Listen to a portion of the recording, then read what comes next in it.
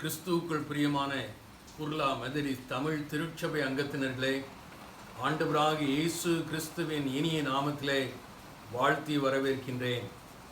ஆவியோடும் உண்மையோடும் பரிசுத்தத்தோடும் அவரை ஆராதிப்போம். வெளிப்படுத்தின விசேஷம் 22ஆம் அதிகாரம் 7ஆம் வசனம் முதல் 9ஆம் வசனம் வரை. இதோ சீக்கிரமாய் வருகிறேன், இந்த புஸ்தகத்தில் உள்ள தீர்க்க தரிசன வசனங்களை கை கொள்ளுகிறவன் பாக்கியவான் என்றார். யோவானாகிய நானே இவைகளை கண்டும் கேட்டும் இருந்தேன்.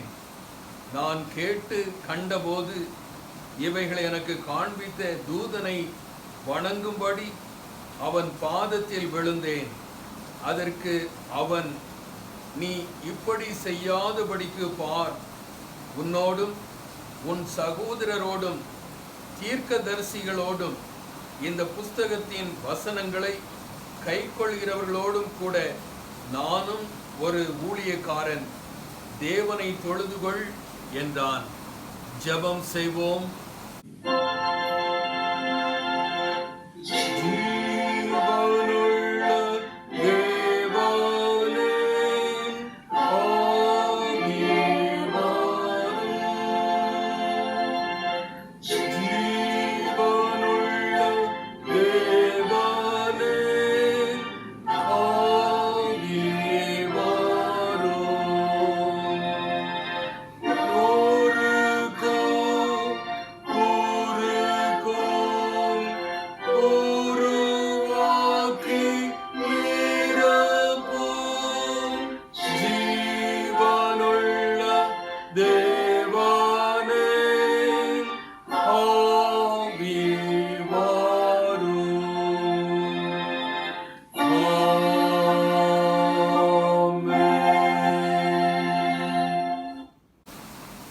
எங்கள் அன்புள்ள ஆண்டவரே, இந்த மகிழ்ச்சிகரமான ஆராதனை வேளையில் மகிழ்ச்சியோடுமை ஆராதிக்க ஆண்டவர் எங்களுக்கு தந்த வாய்ப்பிற்காக நன்றி. இந்த ஆராதனையின் துவக்கம் முதல் முடிவு பரியந்தம் நீர் எங்களோடு இருக்க வேண்டுமாறு, உம்முடைய பிரசன்னம் எங்களோடு இருக்க வேண்டுமாறு, உம்முடைய ஆளுகை எங்களோடு இருக்க வேண்டுமாறு கெஞ்சி மன்றாடி இந்த ஆராதனை முழுவதுமாக உம்முடைய கரத்தில் ஆளுகைக்குள் ஒப்பு கொடுத்து ஜெபிக்கிறோம். பொறுப்பேற்றுக் கொள்ளும். உம்முடைய நாமத்தை மகிமைப்படுத்தும் அருமை இரட்சகர் இயேசு கிறிஸ்துவின் மூலம் ஜெபம் கேளும் எங்கள் அன்பின் ஆண்டவரே, ஆமீன். ஆராதனைக்கு ஆரம்பமாக யாவரும் சேர்ந்து எழுந்ததென்று கிறிஸ்து சபை பாமாலைகளில் 361வது பாடல். ஒப்பில்லாத திவ்ய அன்பே மோட்சானந்தா, தேவரீர் எங்கள் நெஞ்சில் வாசம் செய்தே அருள் பூர்த்தியாக்குவீர். மா தயாள இயேசுநாதா, அன்புமயமான நீர் நைந்த உள்ளத்தில் இறங்கி உம் ரட்சிப்பால் சந்திப்பீர் என்ற பாடலை யாவரும் சேர்ந்து எழுந்து பாடுவோம். கிறிஸ்து சபை பாமாலைகளில் 361வது பாடல்.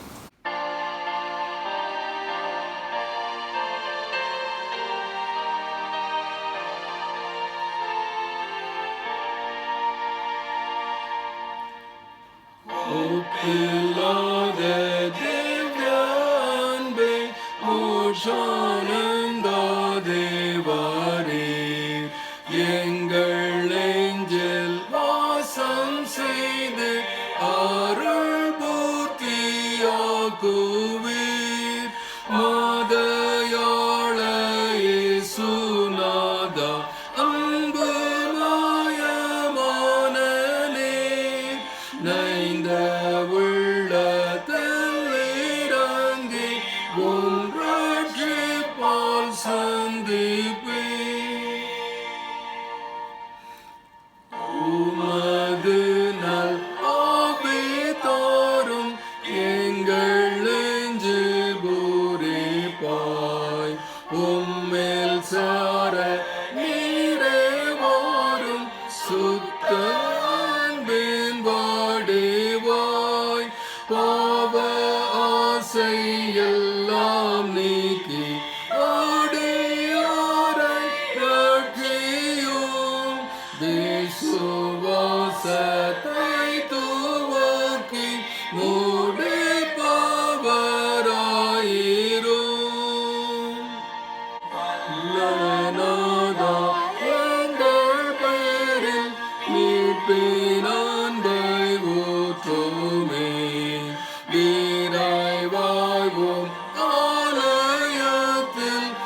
வந்து என்றும் தங்குமே.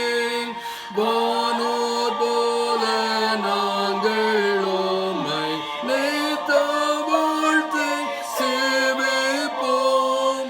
ஓய்வில்லாமல் உமதன்பை பூரிப்பாய் கொண்டாடுவோம்.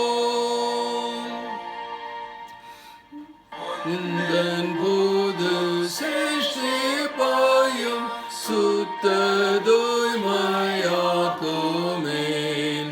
உந்தன் திவ்ய ரட்சிப்பையும் பூரணப்படுத்துமேன்.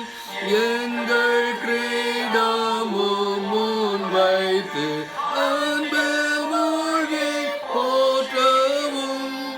மேன்மை மேலே மேன்மை பெற்று பெண்ணில் வாழ செய்திடும். ஆமென். முறைமுறையாக மாறி மாறி வாசிக்கும்படியாக தெரிந்து கொள்ளப்பட்ட சங்கீதம் சங்கீதம் 3. Responsive reading is taken from Psalm 3. சங்கீதம் 3. கர்த்தாவே, என் சத்துருக்கள் எவ்வளவாய் பெருகி இருக்கிறார்கள். எனக்கு விரோதமாய் எழும்புகிறவர்கள் அநேகர். தேவனிடத்தில் அவனுக்கு ரட்சிப்பு இல்லை என்று என் ஆத்துமாவை குறித்து சொல்லுகிறவர்கள் அநேகராய் இருக்கிறார்கள். ஆனாலும் கர்த்தாவே, நீர் என் கேடகமும் என் மகிமையும் என் தலையை உயர்த்துகிறவருமாயிருக்கிறீர். நான் கர்த்தரை நோக்கி சத்தமிட்டு கூப்பிட்டேன். அவர் தமது பரிசுத்த பர்வதத்தில் இருந்து எனக்கு செவி கொடுத்தார். நான் படுத்து நித்திரை செய்தேன், விழித்து கொண்டேன். கர்த்தர் என்னை தாங்குகிறார். எனக்கு விரோதமாக சுற்றிலும் படையெடுத்து வருகிற 10,000 பேருக்கும் நான் பயப்படேன். கர்த்தாவே, எழுந்தருளும். என் தேவனே, என்னை ரட்சியும். நீர் என் பகைஞர் எல்லாரையும் தாடையிலே அடித்து துன்மார்க்கருடைய பற்களை தகர்த்து போட்டீர். யாவரும் சேர்ந்து வாசிப்போம். ரட்சிப்பு கர்த்தருடையது. தேவருடைய ஆசீர்வாதம் உம்முடைய ஜனத்தின் மேல் இருப்பதாக.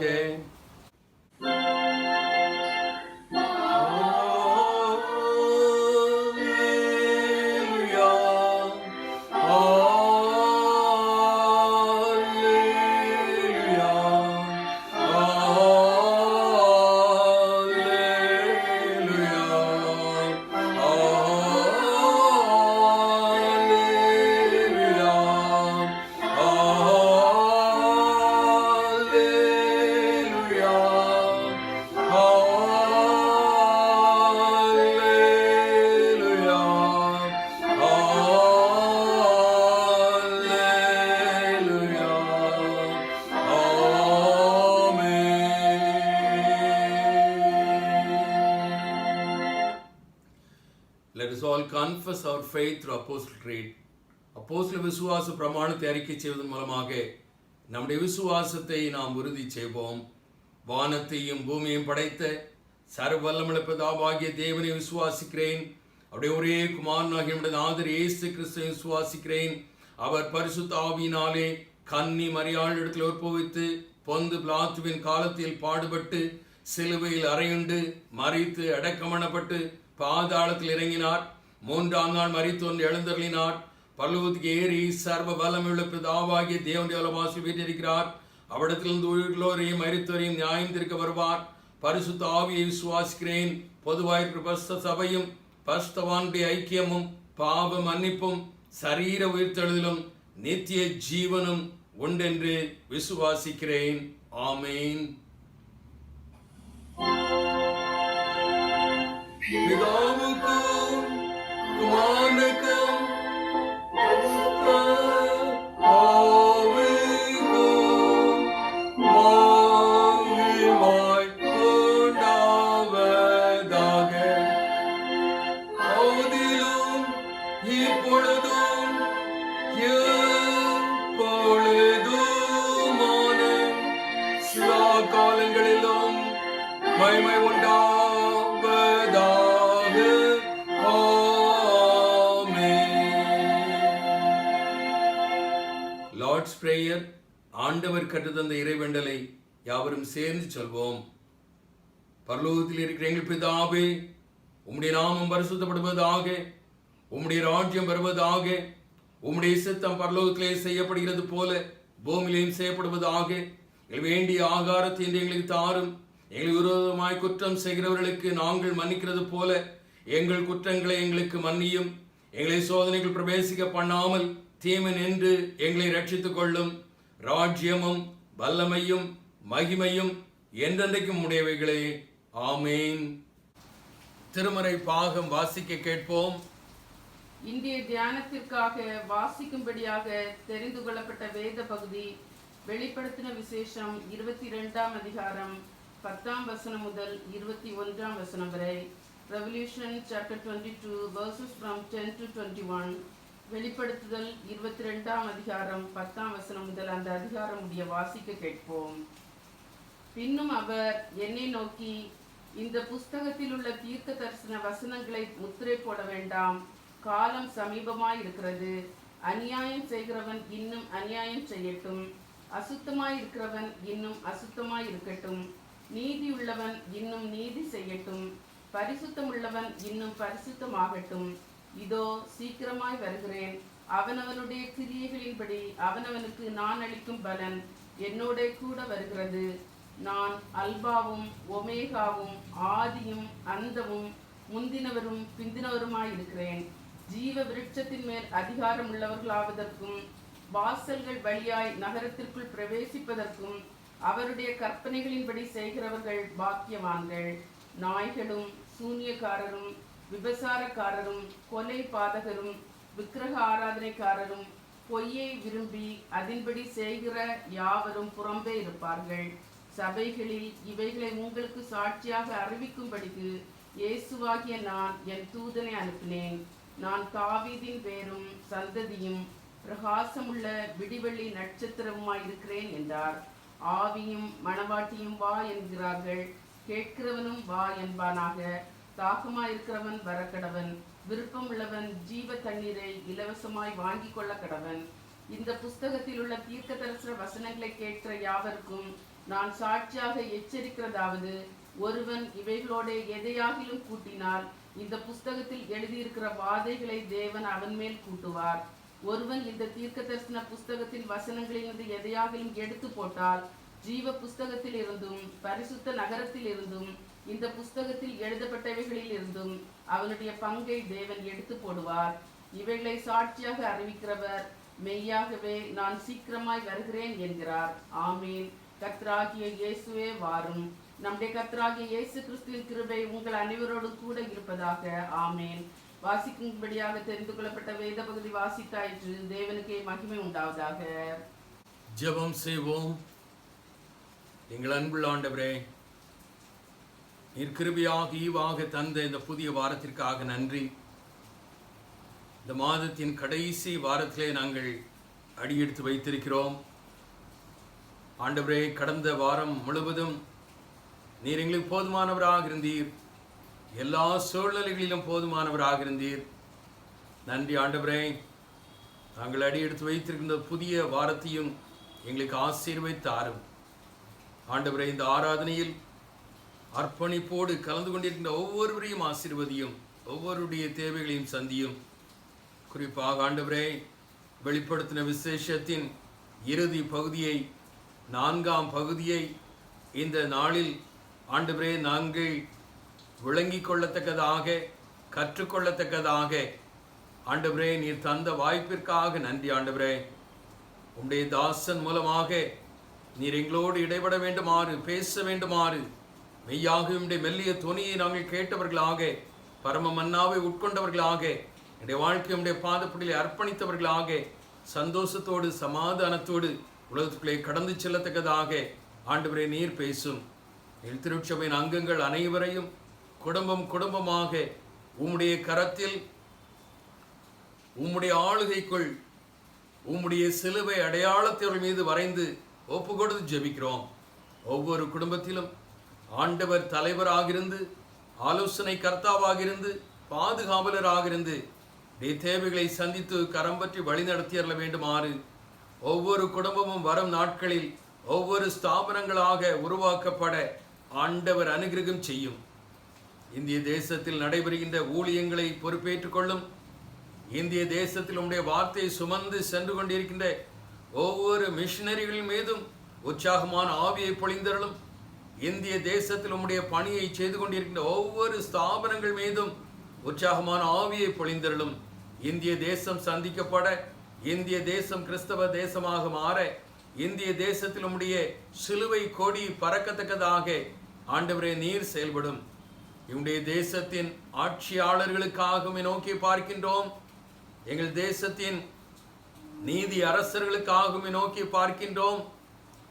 ஆண்டவரே, உம்முடைய ஞானத்தை அவர்களுக்கு கட்டளையிடும். அது மூலமாக பாமர மக்களுடைய வாழ்வு வளம் பெறத்தக்கதாக ஆண்டவரே நீர் செயல்படும். ஆட்சியாளர்களின் மூலமாக உம்முடைய பணிக்கு எந்த விதத்திலும் தடை வராதபடி திறந்த வாசலை கட்டளையிடும். ஆண்டவரே, இந்த நாளில் இந்த விதமாக எங்கெங்கெல்லாம் ஆராதனை நடைபெறுகிறதோ அங்கெல்லாம் உடைய பிரசன்னம் இருக்கட்டும், அங்கெல்லாம் உடைய ஆளுகை இருக்கட்டும். ஆராதனையிலே கலந்து கொள்கின்றவர்கள் மெய்யாகவே இந்த நாள் என்னுடைய வாழ்க்கையில் மனமகிழ்ச்சி நாளாக அமைந்தது என்று சாட்சி பகர ஆண்டவர் அனுகிரகம் செய்யும். மீண்டும் இந்த ஆராதனை முழுவதுமாக உம்முடைய கரத்தில் உம்முடைய ஆளுகைக்குள் ஒப்பு கொடுத்து ஜெபிக்கிறோம். பொறுப்பேற்றுக் கொள்ளும். உம்முடைய நாமத்தை மகிமைப்படுத்தும். அருமை இரட்சகர் இயேசு கிறிஸ்துவின் மூலம் ஜெபம் கேளும் எங்கள் அன்பின் ஆண்டவரே, ஆமேன். அறிவிப்புகள். 1ஆம் தேதி அதிகாலை அருணோதய திருவிருந்து வாக்குத்தத்த ஆராதனை 5:30 மணிக்கு நடைபெறும். திருச்சபையின் அங்கங்கள் அனைவரும் ஜெபத்தோடு தகுந்த ஆயத்தத்தோடு இந்த ஆராதனையில் கலந்து கொள்ளும்படியாக உங்களை அன்போடு கேட்டுக்கொள்கின்றோம். மெதடிஸ்ட் மென் பிரேயர் ஃபெல்லோஷிப் ஆண்கள் ஐக்கிய ஜெப கொடுகை வழக்கம் போல ஆராதனைக்கு பிறகு 10 மணிக்கு நடைபெறும். ஆண்கள் அனைவரும் ஜெபத்தோடு அந்த ஜெப ஐக்கியத்தில் கலந்து கொள்ளும்படியாக உங்களை அன்போடு கேட்டுக்கொள்கின்றோம். எம்ஒய்எஃப் வாலிபர்கள் ஜெப கூடுகை ஆராதனைக்கு பிறகு 12 மணிக்கு வழக்கம் போல நடைபெறும். வாலிபர்கள் அனைவரும் ஜெபத்தோடு அந்த ஜெப ஐக்கியத்திலே கலந்து கொள்ளும்படியாக உங்களை அன்போடு கேட்டுக்கொள்கின்றோம். WCS பிரேயர் பெண்கள் ஜெப கூடுகை வழக்கம் போல ஒவ்வொரு நாளும் மாலை 3 மணியிலிருந்து 4 மணி வரை நடைபெறும். பெண்கள் அனைவரும் ஜெபத்தோடு அந்த ஜெப ஐக்கியத்தில் கலந்து கொள்ளும்படியாக உங்களை அன்போடு கேட்டுக்கொள்கின்றோம். இந்த வாரத்தில் தங்கள் பிறந்த தினங்களை நினைவு கூற இருக்கிற நம்முடைய திருச்சபையின் பிள்ளைகளுடைய பெயர்களை வாசிக்கின்றேன். 1ஆம் தேதி மிஸ் ரோஹிதா ஆல்ஃபிரட். 5ஆம் தேதி மாஸ்டர் ஆஸ்டின் ரிச்சி மனுவல். புதிய ஆண்டில் அடியெடுத்து வைக்க ஆயத்தப்பட்ட பிள்ளைகளுடைய ஆயத்தங்களை ஆண்டவர் ஆசீர்வதித்து கொடுப்பாராக. அவர்கள் அடியெடுத்து வைக்க இருக்கிற புதிய ஆண்டு ஆசீர்வாதமான ஆண்டாக, தேவைகள் சந்திக்கப்படுகின்ற ஆண்டாக, தடைகள் அப்புறப்படுத்தப்படுகின்ற ஆண்டாக, மகிழ்ந்து களிகூறுகின்ற அனுபவங்கள் பலவற்றை பெற்று அனுபவிக்கின்ற ஆண்டாக புதிய ஆண்டை அவர்களுக்கு ஆசீர்வதித்து கொடுப்பாராக. புதிய ஆண்டில் அடியெடுத்து வைக்க ஆயத்தப்பட்ட பிள்ளைகளுக்காக கண்களை மூடி தலைகளை தாழ்த்தி இறைவனை நோக்கி பார்ப்போம். எங்கள் அன்புள்ள ஆண்டவரே, காலங்கள் உம்முடைய கரத்தில் இருக்கிறது. எங்கள் திருச்சபையின் பிள்ளைகள் அடியெடுத்து வைக்க இருக்கிற புதிய ஆண்டை ஆண்டவர் ஆசீர்வதித்து கொடும். நன்மைகளினால் முடிசூட்டியருளும். இதே போல் அநேக பிறந்த தினங்களை, திருமண நாளை இந்த உலக வாழ்க்கையில் அவர்கள் காண கண்டு உமக்கு தோத்திர பலிகளை ஏறெடுக்க அருள்தாரும். அருமை இரட்சகர் இயேசு கிறிஸ்துவின் மூலம் ஜெபம் கேளும் எங்கள் அன்பின் ஆண்டவரே, ஆமேன். திருச்சபைக்கு காணிக்கை, தோத்திர காணிக்கை, சுய வெறுப்பு காணிக்கை, ஏல பாக்கிகள், திருச்சபைக்கு கொடுக்க வேண்டிய காணிக்கைகளை திருச்சபையின் வங்கி கணக்கில் நேரடியாக செலுத்தும்படியாக உங்களை அன்போடு கேட்டுக்கொள்கின்றோம். அதற்குரிய விவரங்கள் கொடுக்கப்பட்டிருக்கிறது.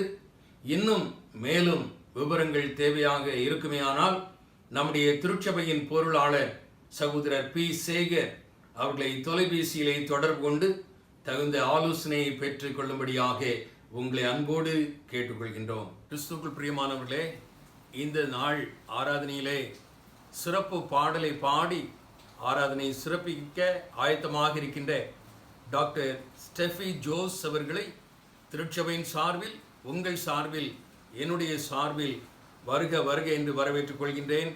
அவர்கள் சகோதரர் விமல் குமார் அவர்களுடைய மூத்த மகள்.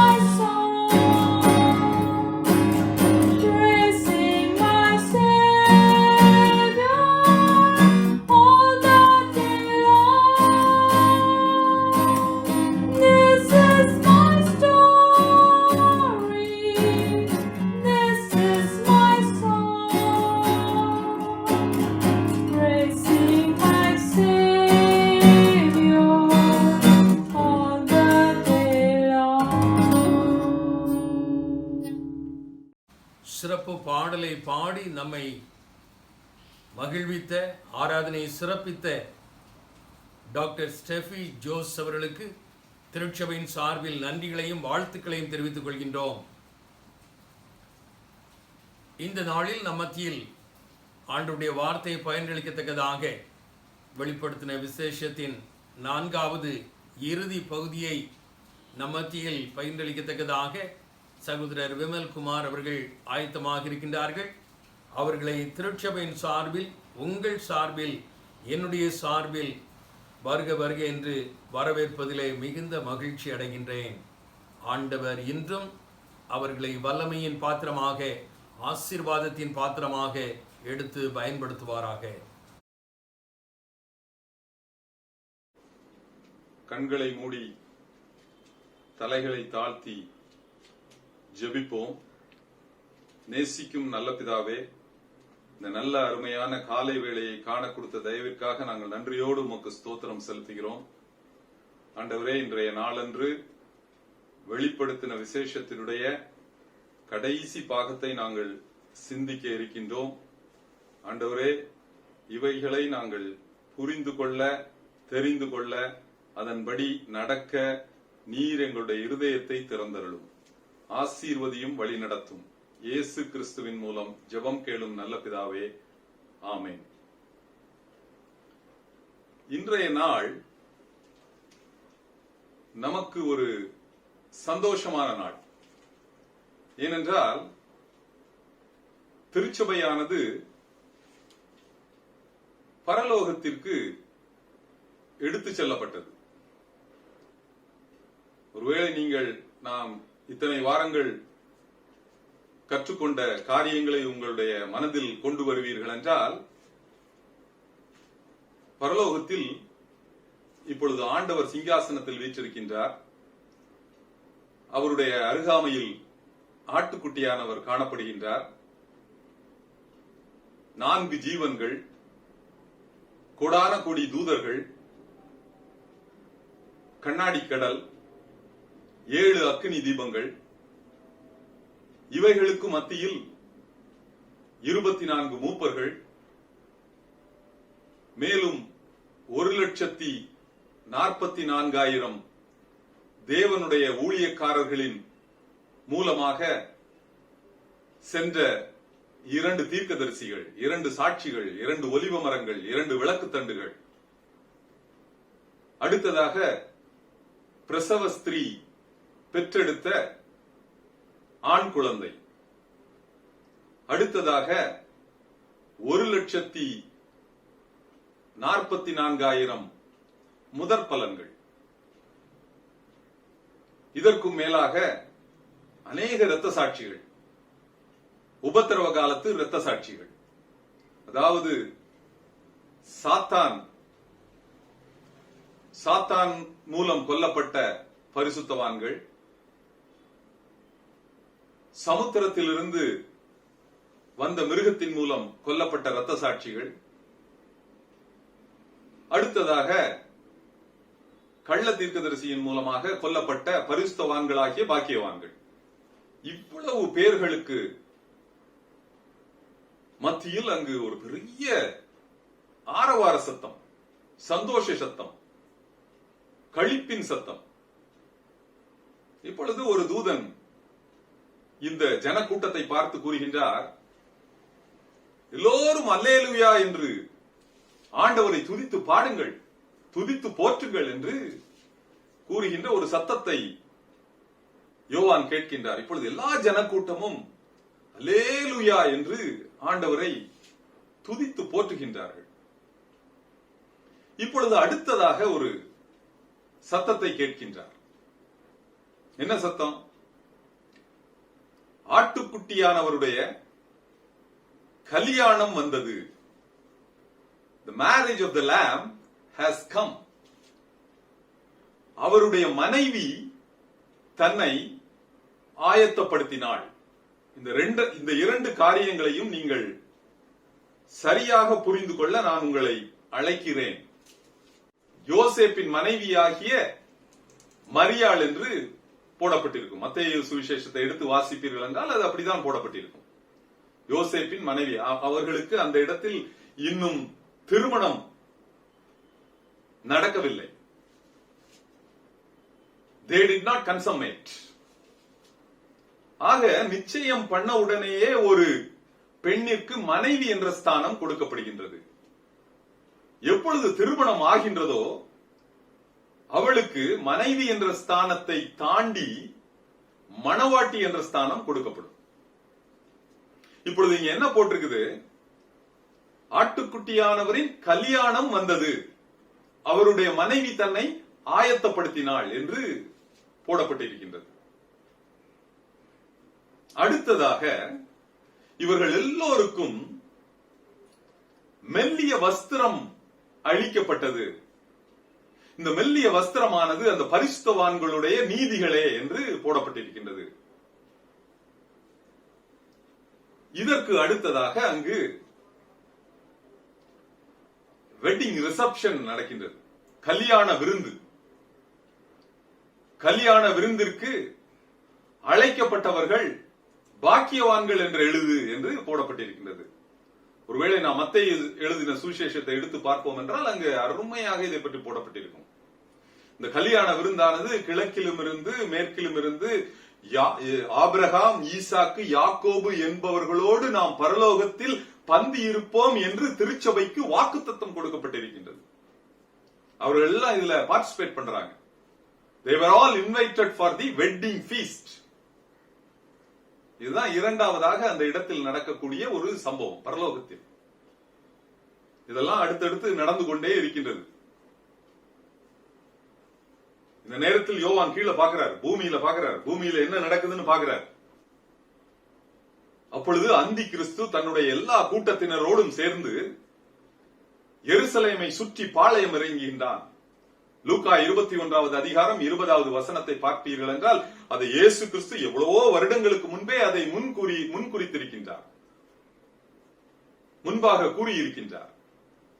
எருசலேம் சேனைகளால் சூழப்பட்டிருக்கும் போது அதன் அழிவு சமீபமாய் சென்று அறிந்து யூதேயாவில் உள்ளவர்கள் மலைகளுக்கு ஓடிப்போங்கள், நகரம் பிடிக்கப்படும், ஸ்திரீகள் அவமானப்படுவார்கள்.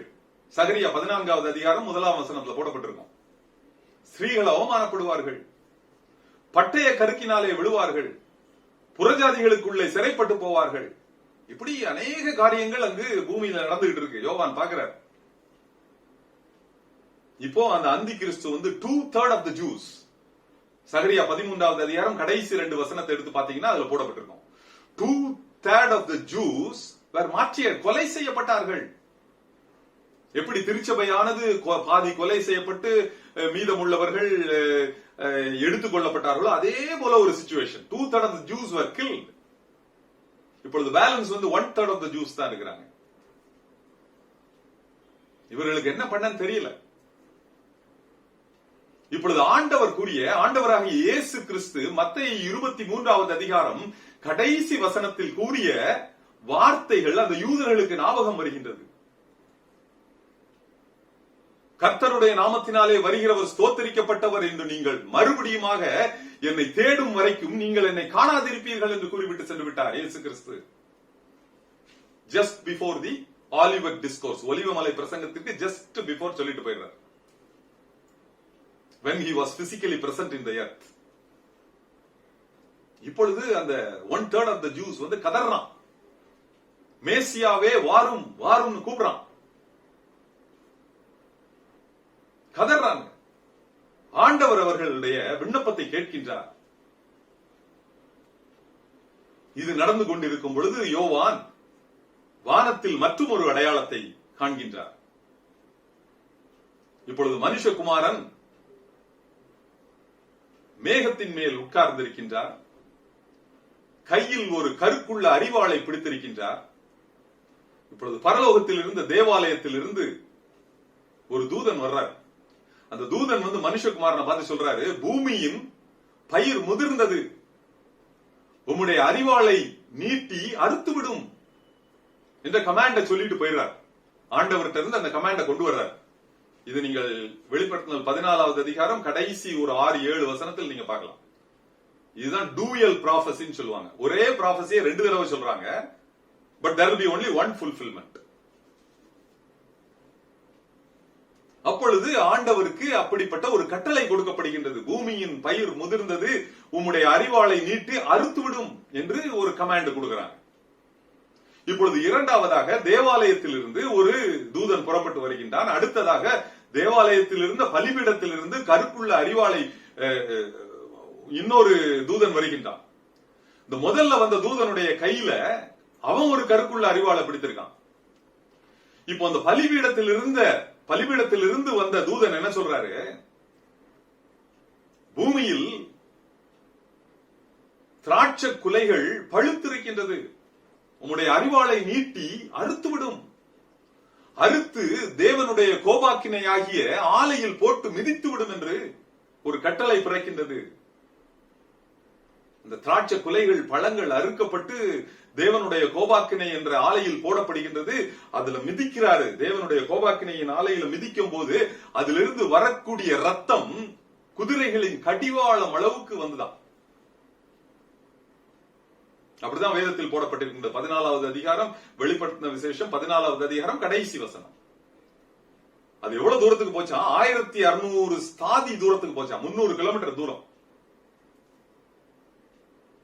இது ரெண்டு எதை குறிக்குது? இந்த ரெண்டு ப்ராஃபஸியும் dual prophecy. It talks about the battle of Armageddon. ஆண்டவராகிய இயேசு கிறிஸ்துவை இந்த அர்மகதோன் யுத்தத்திற்கு போகும்படியாக பரலோகத்தில் இருந்து ஒரு கிரீன் சிக்னல் வந்துருச்சு. God has given clearance to proceed.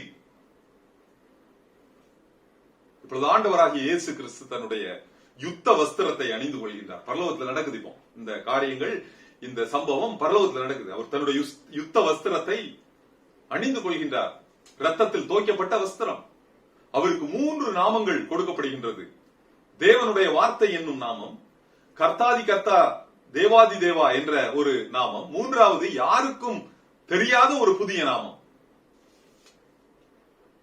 அவருக்கு கொடுக்கப்படுகின்றது.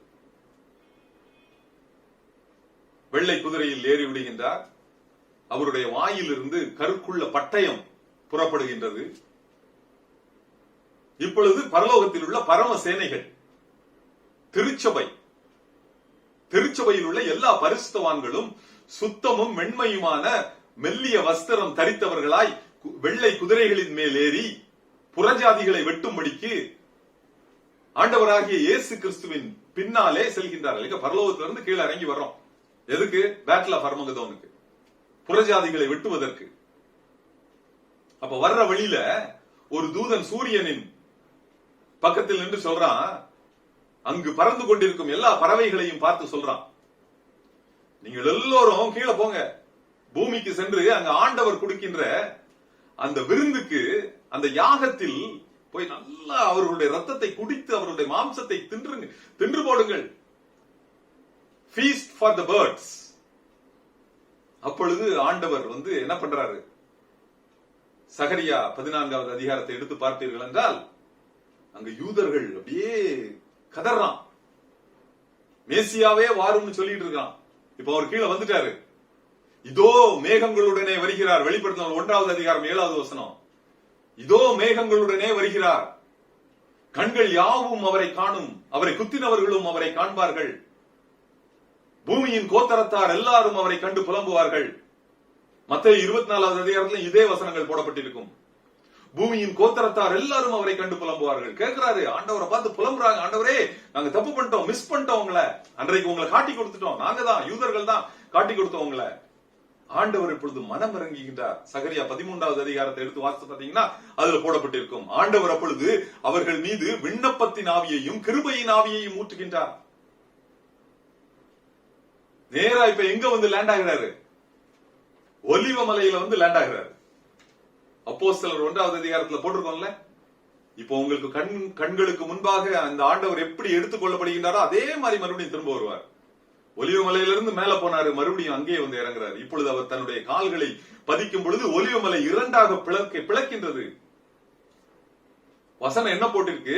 என் தேவனாகிய கர்த்தர் வருவார், கர்த்தரோட கூட பரிசுத்தவான்களும் வருவார்கள். யார் அந்த பரிசுத்தவான்கள்? நாம், திருச்சபை.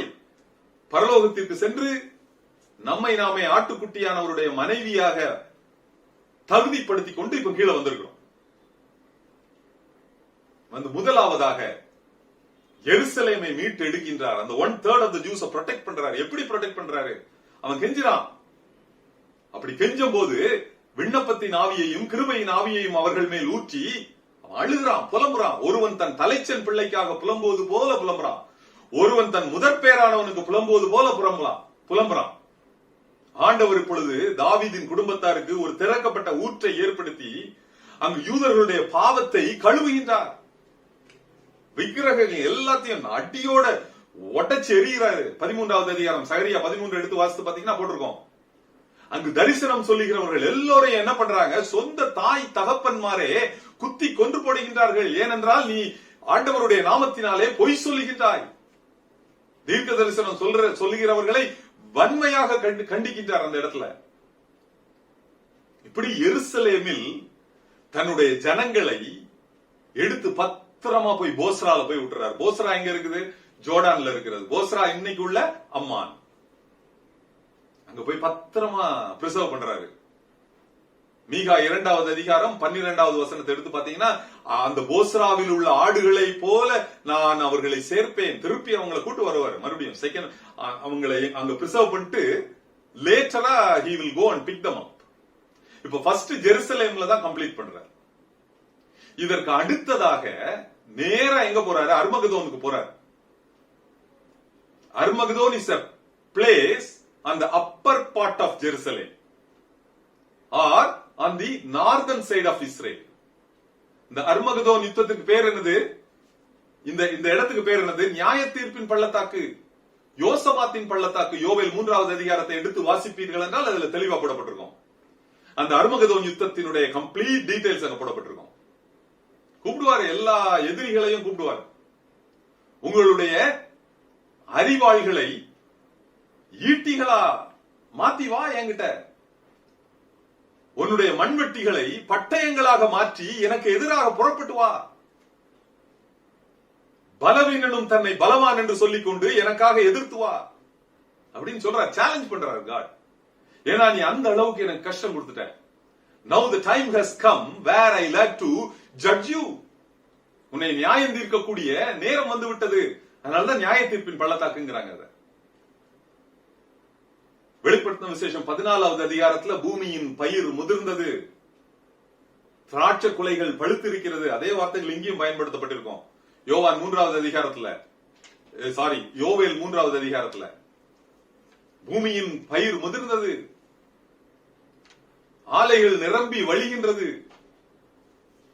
கர்த்தாவே உம்முடைய அறிவாளை நீட்டி அறுத்து விடும். எல்லாரையும் ஸ்லாஷ் பண்றாரு. பிளட் பாத் அர்மகதோன்ல நடக்குது. 2வது இடம் இது. முதல்ல எருசலேம்ல முடிக்கிறாரு, அடுத்தது Armageddon. So basically the battle of Armageddon is a chain of battles. 3வதாக இங்கிருந்து ஐப்ராத் நதிக்கு போறாரு. எரேமியா 46வது அதிகாரம் 10வது வசனத்தை எடுத்து பார்ப்பீர்கள் என்றால் அங்க கிளியரா போட்டிருக்கோம். வட திசையில் உள்ள ஐப்ராத் நதியிலே கர்த்தருக்கு ஒரு யாகம் உண்டு. அங்க அந்த ஐப்ராத் நதியில யார் இருந்தா? பாபிலோன். பாபிலோனிய ஸ்திரீயை அழிக்க வேண்டியதுதான் ஆண்டவருடைய முழு திட்டம். இந்த இடத்தில் போடப்பட்டிருக்கிற அந்த பாபிலோனிய ஸ்திரீ 3 விதமாக இந்த பைபிள்ல ரெப்ரசன்ட் பண்ணிருப்பாங்க. One is the spiritual Babylon, the second is the political Babylon, 3வதாக அது physical Babylon. Is the physical destruction of Babylon. ஏன் ஈராக் வந்து பிசிக்கலா ஏன் அழிக்கணும்? எரேமியா 50வது அதிகாரம் 51வது அதிகாரத்தை எடுத்து பார்ப்பீர்கள் என்றால் அதில் மிகவும் தெளிவாக போடப்பட்டிருக்கும். ஏன்னா நேபுகாத் நேச்சார் வந்து ஆண்டவர் இந்த யூத ஜனங்களை பனிஷ் பண்றதுக்காக அவங்களை சிறைப்பிடிச்சிட்டு வான்னு சொல்லுவார்.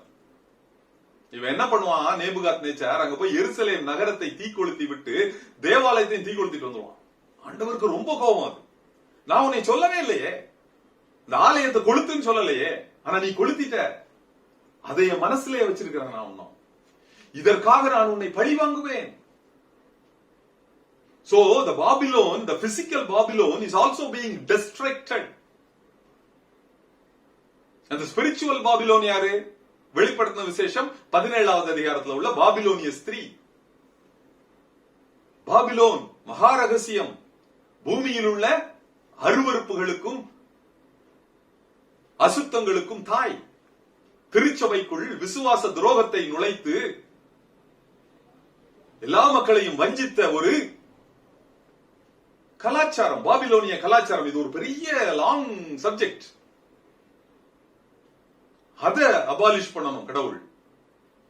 அடுத்ததாக இவ்வளவு வச்சு இந்த பாபிலோனிய கலாச்சாரத்தை வைத்து பெரிய விதமாக politically people become very strong, they become very wealthy. அவங்களையும் அடியோடு ஒழிக்க வேண்டும்.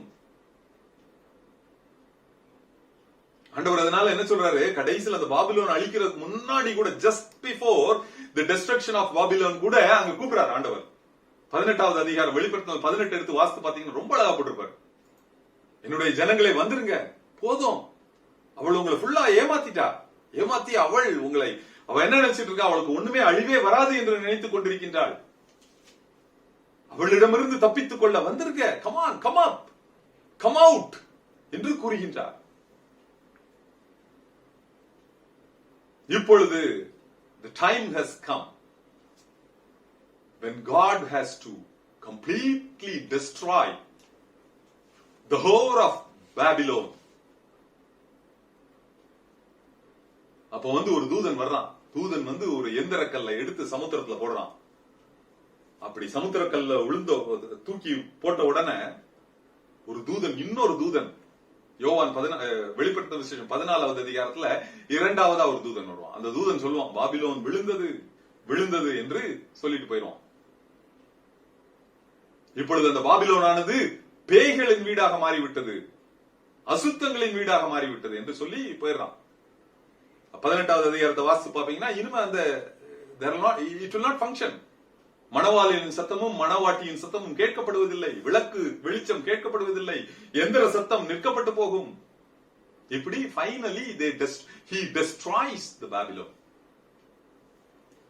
பாபிலோனை கம்ப்ளீட்டா அழித்து விடுகின்றார். ஒரு விசுவாச துரோகத்தை திருச்சபைக்குள் உட்புகுத்திய அந்த பாபிலோனை முழுமையாக ஆண்டவர் அழித்து விடுகின்றார். இதுதான் பேட்டில் ஆஃப் அர்மகதோன். அடுத்த நேரம் அங்கிருந்து போஸ்ராக்கு போறார். போஸ்ரால என்ன பண்ணாரு, யூதர்களை they have been physically protected ஒரு இடத்துல ஒளிச்சு வைக்கிறார். போஸ்ரால கொண்டு போய் வைக்கிறார். ஏன் நம்ம பார்த்தோமா 12வது அதிகாரத்துல பார்த்தோமா, பெர்கமு சபையினர், புதிய ஏற்பாட்டு திருச்சபையாகிய பெர்கமு சபையினர் they were physically protected to enter in physical bodies into the millennium. அதே மாதிரி இந்த மக்கள், the 1/3 of the Jews enter into the millennium in their physical bodies. இப்பொழுது அந்த அர்மகதோன் யுத்தம் முடிகிற தருவாயில வந்து போச்சு. இப்ப என்ன பண்றாரு, எல்லாரையும் ஸ்லாஷ் பண்ணிட்டாரு. இப்பொழுது அந்தி கிறிஸ்துவும், அதாவது சமுத்திரத்தில் இருந்து வந்த மிருகமும் கள்ள தீர்க்கதரிசியும் உயிரோடு பிடிக்கப்பட்டு கந்தகம் எரிகின்ற அக்கினி கடலிலே தள்ளப்படுகிறார்கள். மற்றவங்க எல்லாத்தையும் ஆன் தி ஸ்பாட் தன்னுடைய வாயிலிருந்து வருகின்ற பட்டயத்தின் மூலம் அவர்களை கொண்டு விடுகின்றார். இதற்கு அடுத்ததாக சாத்தானை பிடிச்சிடறாங்க. சாத்தானை உயிரோட பிடிச்சு மேல இருந்து பரலோகத்துல இருந்து ஒரு தூதன் வர்றான், ஒரு சங்கிலியை கொண்டு வர்றான். அந்த சங்கிலியை வச்சு சாத்தானை கெட்டுறான். சாத்தானை கெட்டி பாதாளத்துக்குள்ள அடைச்சு வச்சு 1000 வருடம் அவனை காவல் பண்ணும்படி அங்க உள்ள அடைச்சு மூடி வச்சிடறான். இதற்கு அடுத்ததாக இரத்த சாட்சிகள் எல்லாம் உயிர் தெழுகிறாங்க. தேவனுடைய வசனத்து நிமித்தமும் இயேசு கிறிஸ்துவனுடைய சாட்சி நிமித்தமும் மிருகத்தையும் மிருகத்தின் சொரூபத்தையும் அவனுடைய நாமத்தையும் அவனுடைய நாமத்தின் லக்கத்தையும் வணங்காமல் கொல்லப்பட்டவர்கள் எல்லோரும் உயிரோடு எழுந்து இயேசு கிறிஸ்துவுடனே கூட 1000 வருடம் அரசாண்டார்கள். வசனம் தெளிவா போட்டிருக்கு. 20வது அதிகாரம் 4-5வது வசனத்தை எடுத்து வாசித்து பாருங்கள். இதுவே முதலாம் உயிர்த்தெழுதல். முதலாம் உயிர்த்தெழுதலுக்கு பாத்திரம் உள்ளவன் பரிசுத்தவானும் பாக்கியவானுமாய் இருக்கிறான். இவர்கள் 2ஆம் மரணத்தினால் சேதப்படுவதில்லை. இப்போ மிலேனியம் ஸ்டார்ட் ஆயிரு, 1000 வருட அரசாட்சி ஸ்டார்ட் ஆயிரு. இதில் ரொம்ப அருமையா போடப்பட்டிருக்கும். ஒரு 3 காரியங்களை உங்கள் முன் வைக்க விரும்புகின்றேன். மிலேனியத்துல இந்த உலகம் எப்படி இருக்குன்னா, பழைய நாட்கள்ல உள்ள பழைய நாட்களில் உள்ள ஏதேன் தோட்டத்தை போல மாறிவிடும். இது எங்க போட்டிருக்குது? ஏசாயா 11வது அதிகாரம். புலி, சிங்கம், கரடி, ஓநாய், ஆடு எல்லாம் ஒண்ணு போல படுத்து தூங்கும், எல்லாம் புல்ல மேயும். ஒருத்தன் பயப்பட மாட்டாங்க ஒருத்தருக்கு ஒருத்தர். இப்படி ஒரு சிச்சுவேஷன். அடுத்ததாக சின்ன குழந்தை வந்து பாம்பு புத்துக்குள்ள கையை விட்டு விளையாடிக்கிட்டு இருக்கும்.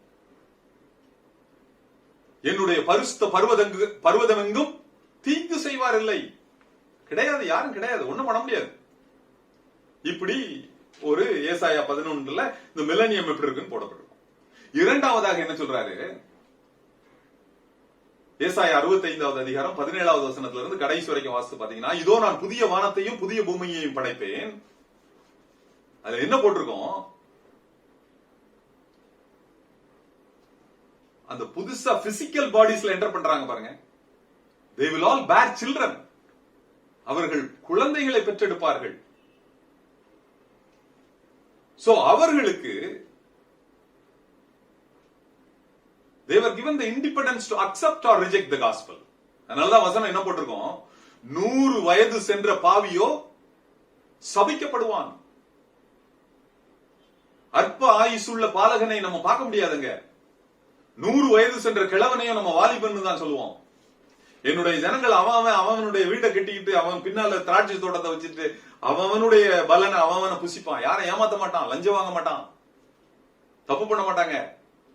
இப்படிதான் அந்த 65வது அதிகாரம் 17வது வசனத்துல இருந்து போடப்பட்டிருக்கும். 2 காரியங்களை முடிச்சேன். 3வது காரியம், அந்த டைம்ல there will be a millennial temple. This is going to be the 4th temple. Millennial temple இது எப்படி இருக்கணும், எப்படி கட்டணும்? எசேக்கியேல் 40வது அதிகாரத்திலிருந்து 48வது அதிகாரம் வரை வாசித்து பார்த்தீர்கள் என்றால் இந்த மில்லனியல் டெம்பிளை பத்தி ரொம்ப கிளியரா போட்டிருக்கோம். இதனுடைய டைமென்ஷன், இது எப்படி கட்டப்பட வேண்டும்,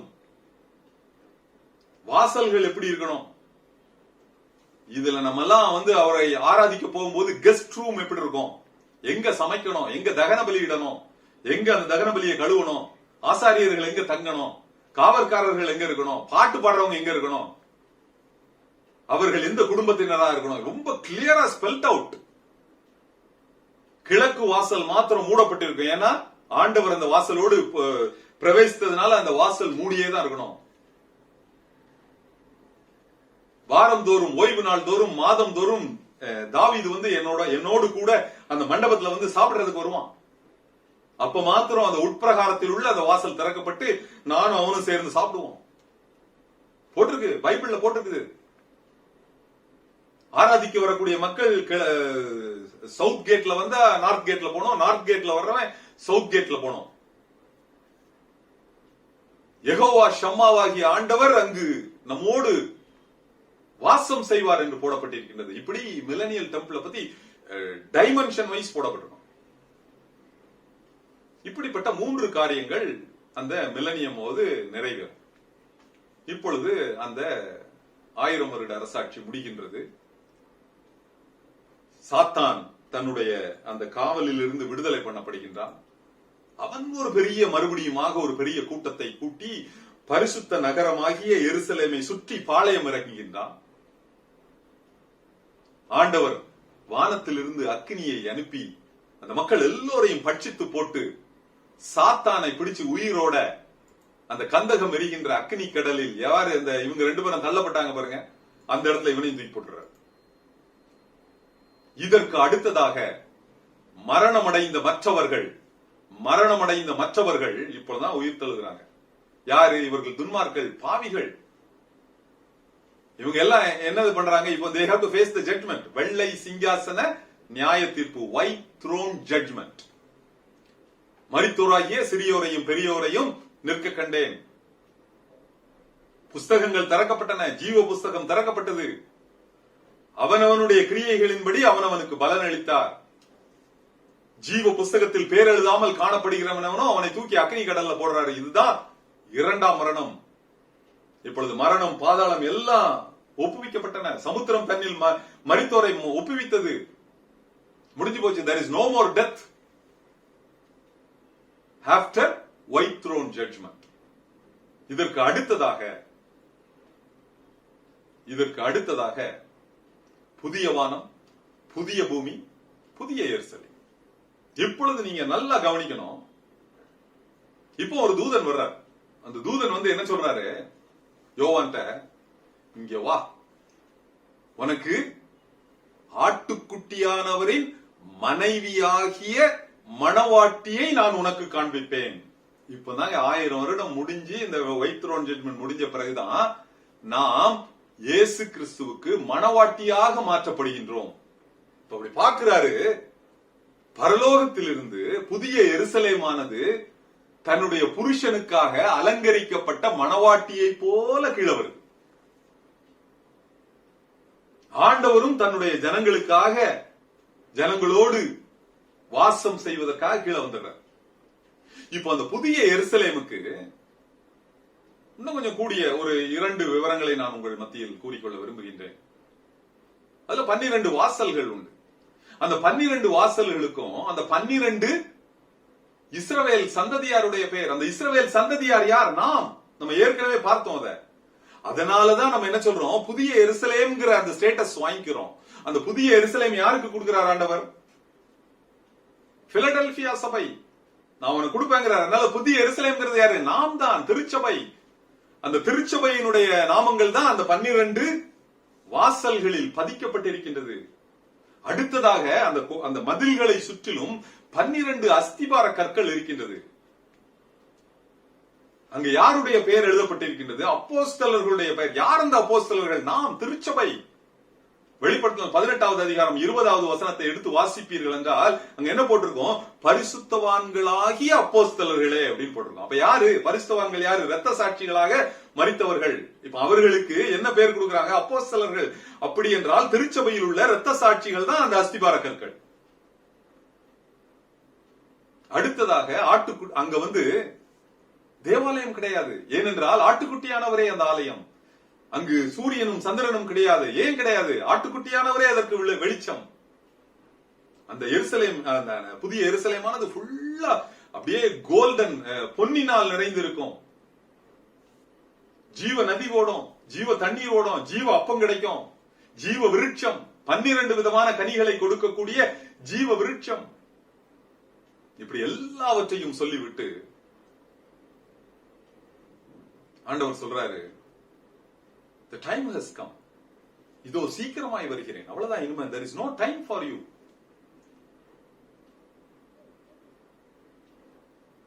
அசுத்தமாய் இருக்கிறவன் இன்னும் அசுத்தமாய் இருக்கட்டும். நீதியுள்ளவன் இன்னும் நீதி செய்யட்டும். பரிசுத்தமுள்ளவன் இன்னும் பரிசுத்தமாகட்டும். அவனவனுடைய கிரியைக்கு தக்க பலன் என்னோட கூட வருகிறது. நான் ஆதியும் அந்தமும் அல்பாவும் ஒமேகாவும், முந்தினவரும் பிந்தினவரும், மரித்தவரும் உயிர்த்தவருமாய் இருக்கிறேன்.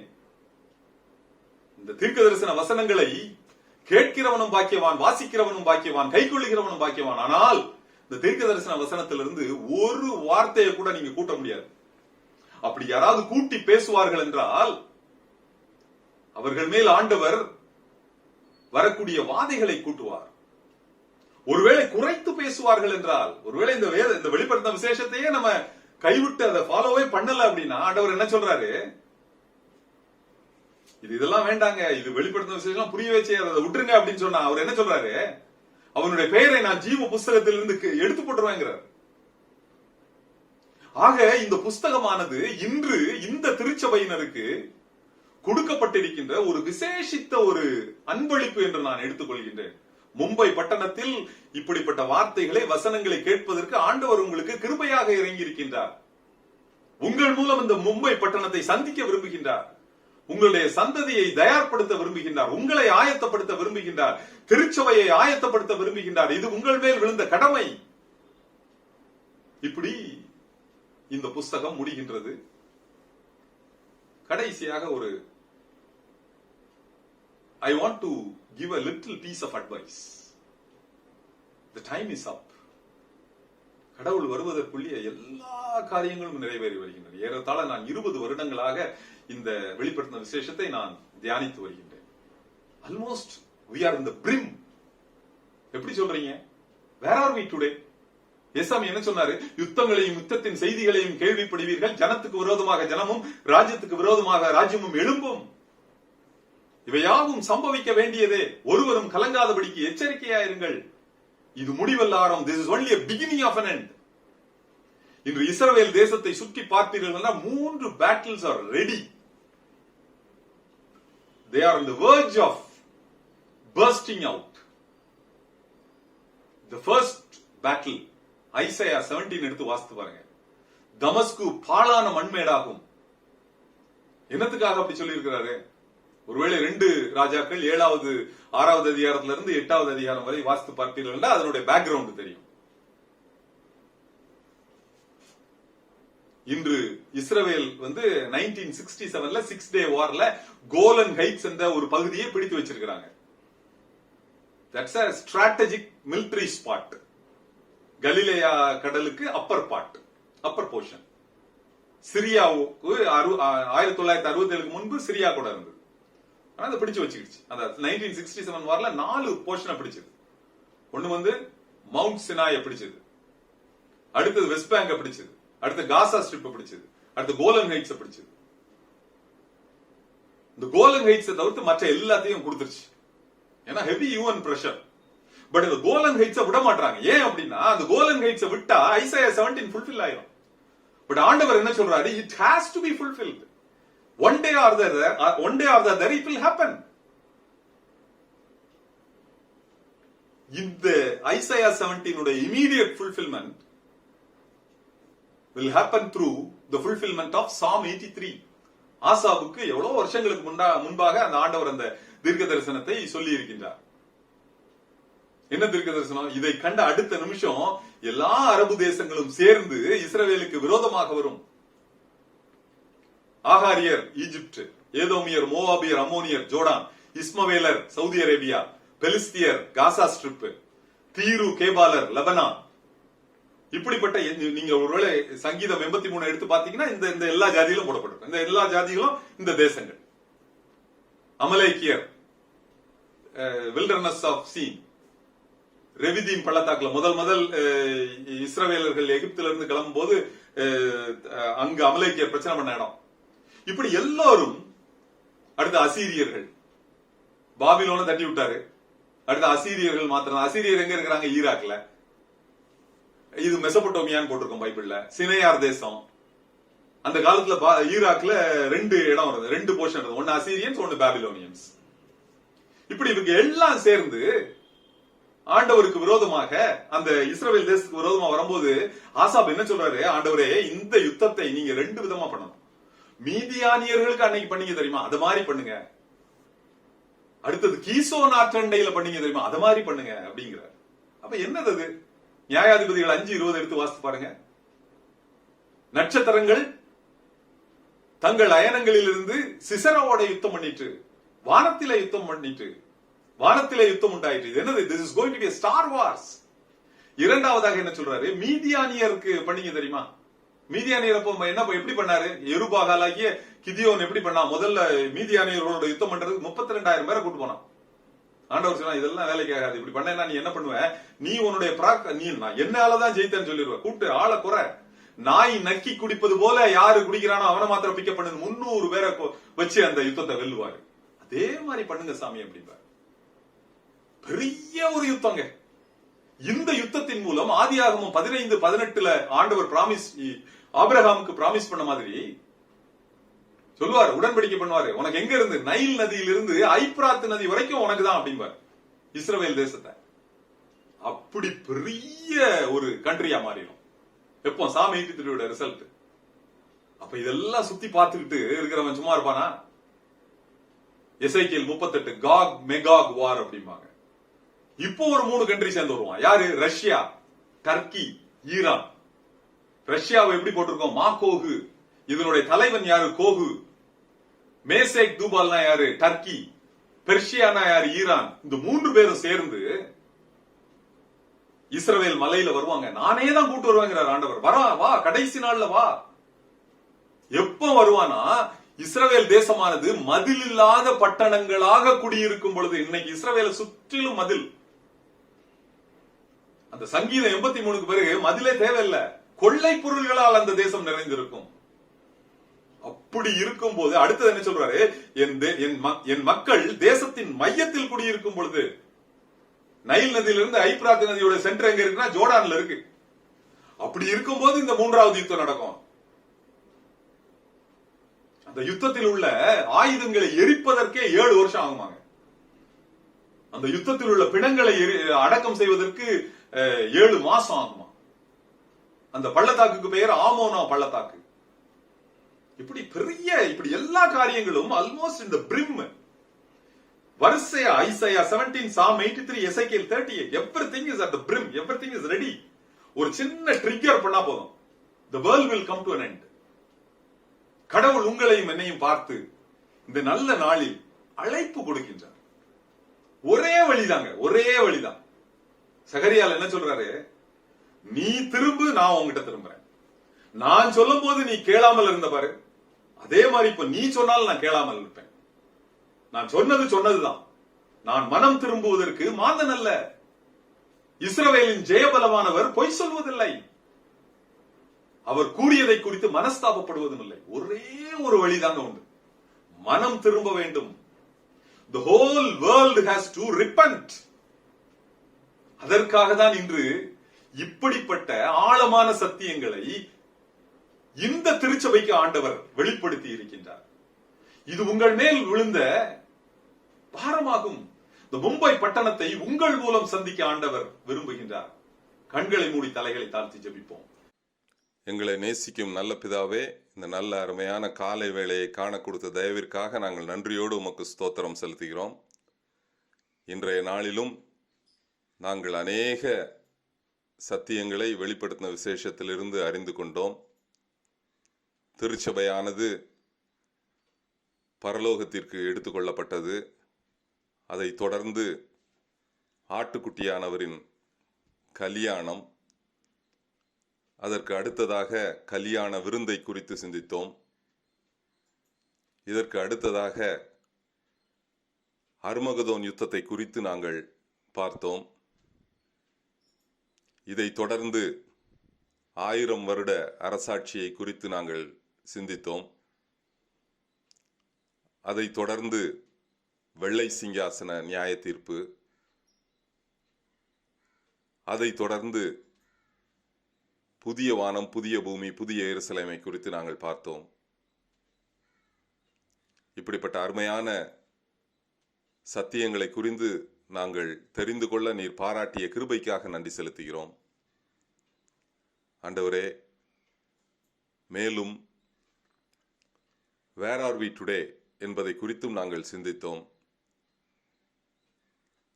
ஐசையா 17, Psalm 83, Ezekiel 38, இப்படிப்பட்ட 3 யுத்தங்களும் தயாராக இருக்கின்றது என்பதையும் புரிந்து கொண்டோம். இப்பொழுது ஆண்டவரே, இவை யாவற்றையும் நாங்கள் உணர்ந்தவர்களாய் எங்களை நாங்களே தாழ்த்தி உம்முடைய கரத்தில் ஒப்புக் கொடுக்கிறோம். வெளிப்படுத்தின விசேஷம் முழுவதையும் நாங்கள் கற்றுக்கொள்ள நீர் பாராட்டிய கிருபைக்காக நன்றி செலுத்துகிறோம். ஆண்டவரே, இந்த மும்பை பட்டணத்தை சந்திக்க நீர் எங்களுடைய திருச்சபையை தெரிந்து கொண்டு எங்களை நீர் ஒரு கருவியாக பயன்படுத்த போவதற்காக நன்றி செலுத்துகிறோம். ஆசீர்வதியும் வழி நடத்தும். இயேசு கிறிஸ்துவின் மூலம் ஜெபம் கேளும் நல்ல பிதாவே, ஆமேன்.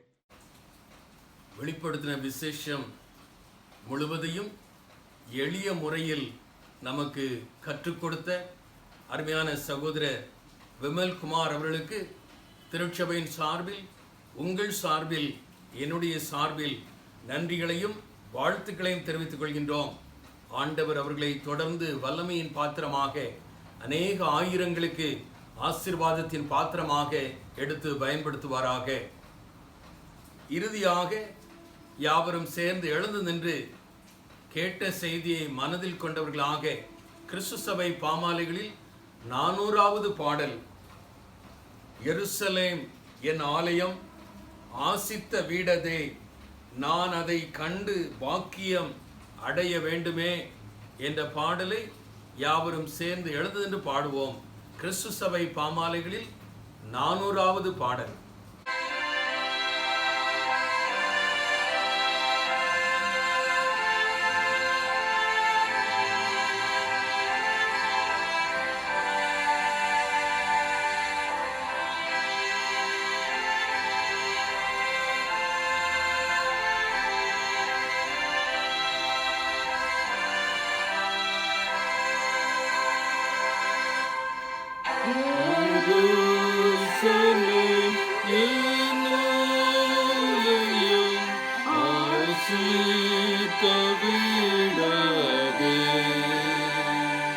நான்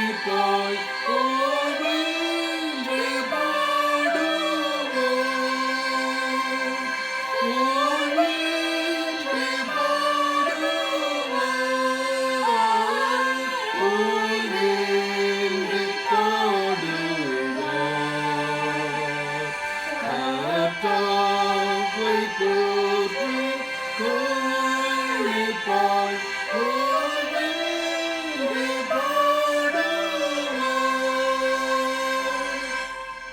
நானும் அன்புள்ள கூட்டத்தில் சேர்ந்து உம்மை காணவே வாஞ்சித்து யோக துன்பத்தில்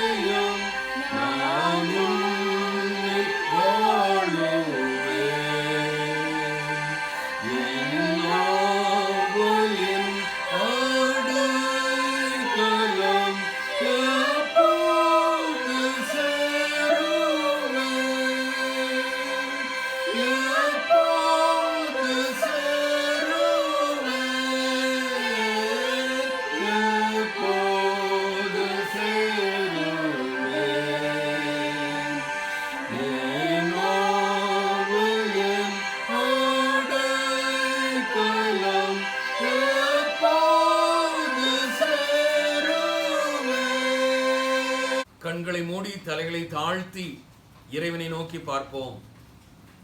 எங்கள் அன்புள்ள ஆண்டவரே, இந்த மகிழ்ச்சிகரமான ஆராதனையிலே நாங்கள் கலந்து கொள்ளத்தக்கதாக உம்முடைய தாசன் மூலமாக வெளிப்படுத்தின விசேஷத்தை எளிய முறையில் கற்றுக்கொள்ளத்தக்கதாக அதன் மூலமாக உம்முடைய வருகைக்கு நாங்கள் எங்களை ஆயத்தப்படுத்த, தகுதிப்படுத்த, பக்குவப்படுத்த எங்களுக்கு தந்த வாய்ப்பிற்காக நன்றி ஆண்டவரே. ஆண்டவரே, நாங்கள் உலகத்திற்குள் கடந்து செல்கிறோம். நாங்கள் மீண்டும் உம்மை ஆராதிக்கின்ற நாள் வரை இந்த உலகம் என்கின்ற வனாந்திர பாதையிலே உம்முடைய பராமரிப்பை எங்களுக்கு கட்டளையிடும். அருமை இரட்சகர் இயேசு கிறிஸ்துவின் மூலம் ஜெபம் கேளும் எங்கள் அன்பின் ஆண்டவரே.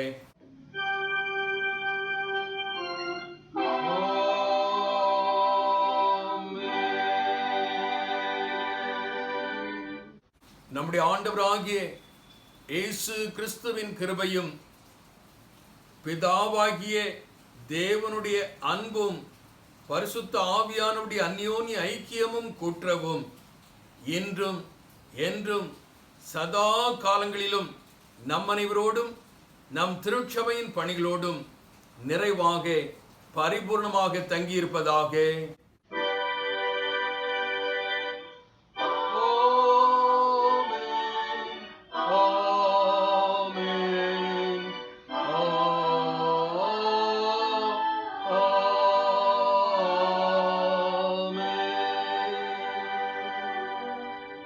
யாவரும் சேர்ந்து சொல்வோம்.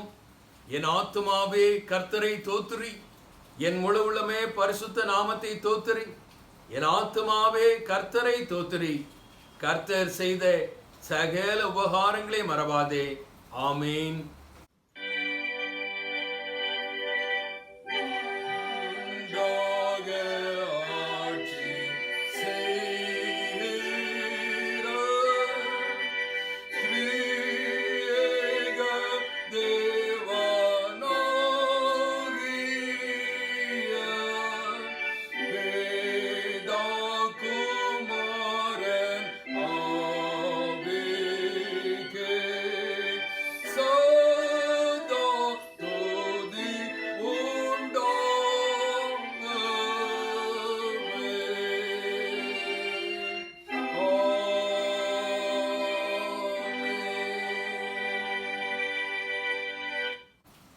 கர்த்தர் உங்களோடு இருப்பாராக. அவர் தமது ஆவியோடும் இருப்பாராக. சமாதானத்தோடு போய் வர கடவோம். கர்த்தருடைய நாமத்தினாலே ஆமென்.